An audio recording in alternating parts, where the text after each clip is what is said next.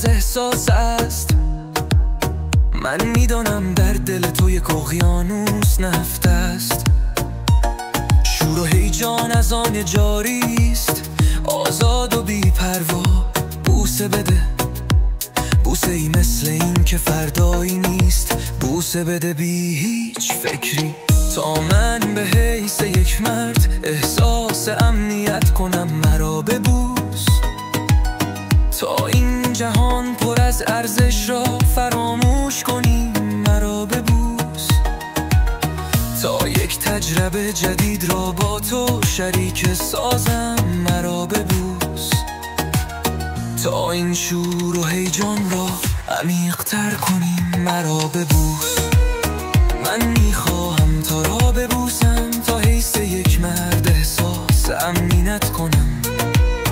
من میخواهم تا را ببوسم، تا جهان با ارزش خود را فراموش کنی. من میخواهم تا را ببوسم، تا یک خوشی دیگر را با تو شریک سازم. من میخواهم تا را ببوسم، تا بترانی شور و هیجان خودان عمیق‌تر کنی.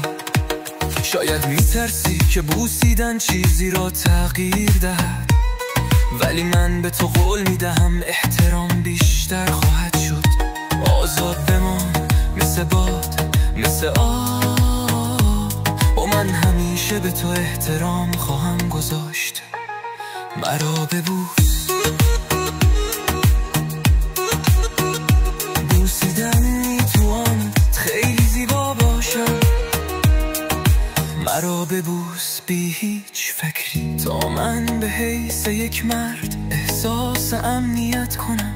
تا جهان با ارزش خود را فراموش کنی، تا یک پازل را تکمیل کنی. خوشی را شریک سازیم و هیجان را احساس کنی. یک بوسه یک اکسیر زیبایی است. یک بوسه یک مرهم برای روح است.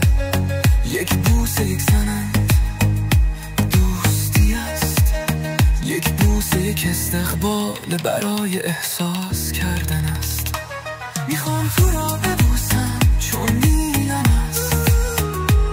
میخوام تو را ببوسم برای دوستی. میخوام تو را ببوسم مانند بازیگران. میخوام تو را ببوسم چون میخواهم آن را احساس کنم. بوسه را بده و به یه چیزی دیگری فکر کن. مرا دوست، مرا ببوس. بوسیدن میتواند خیلی زیبا باشد. مرا ببوس بی هیچ فکری.